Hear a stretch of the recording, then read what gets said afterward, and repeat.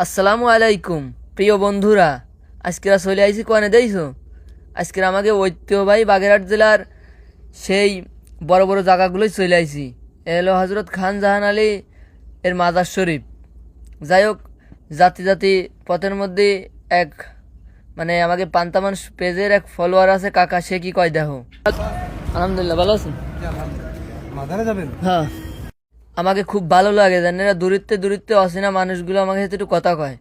সেনেরা মনে কয় কি জানো, মনের ভিতর একটা খুশির বন্যে বয়ে যায়। সেটা হলো ধরো, যেরকম মা 10 মাস সন্তান ফেটে রাখার পর জানে যে জন্ম হয়, সেনেরা সন্তানের দিক চালিয়ে জানে সব কষ্ট ভুলে যায় না। ঠিক সেরকম আমাকে আমাকে ভিডিও জানে মানুষ লাইক কমেন্ট করে, আর জানে দূরে গেলে মানুষ কথা কয়। ভাই সেনেরা যে কতটা মনের ভিতর ফুর্তি লাগে তোমাকে কয়ে বুঝতে পারবো না। আর আজকের যে ভিডিওটা দিচ্ছি আমাকে বাগেরহাট জেলার সেই সব থেকে আন্তর্জাতিক যে ভাইরাল প্লেসটা, হজরত খানজাহান আলী মাজারে চলে আইছি।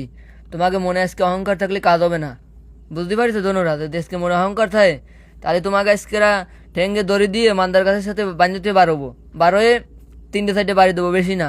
একটা লাইক, একটা ফলো, একটা কমেন্ট, একটা শেয়ার বাড়ি দিয়ে তোমাকে টুস করে ছাড়িয়ে দেবো। কারণ তোমরা আমাকে বাগেরহাট জেলার মানুষ হয়েও আমাকে সাপোর্ট করো না, এটা মাইনে নেওয়া যায় না, বুঝতে পারিস? এত কষ্ট করে তোমাকে জন্য ভিডিও বানাই।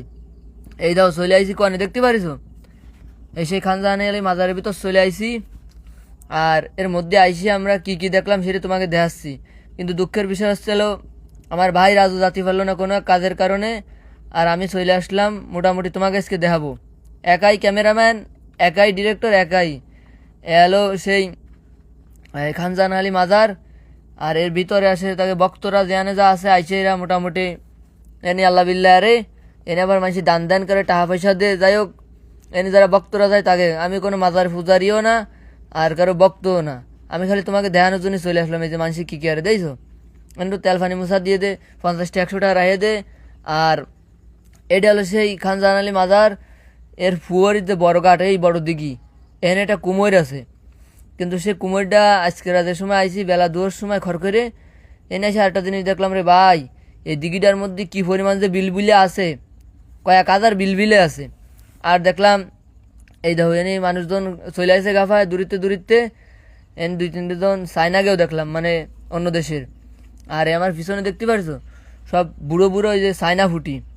যাই হোক, আমাকে বাড়ির দ্বারা হইলে তো সব বসি দিয়ে ধরতাম, কিন্তু দূরই। যাই হোক, এই জায়গায় একদম ছুট্টিবেলা থাকতে আমি একবার আইলাম, আইসে ডুবাইলাম, বুঝতে পারছো সেন্দিরা? তাও সব খুলে খাইলেন ডুবাইলাম। আর সেই দিঘিতে আজকে আসলাম প্রায় 15-20 বছর পর। নিজেকে বাগেরহাট জেলায় এরকম অনেক মানুষই আছে যে খালি খানজাহান আলী মাজারের নাম শুনে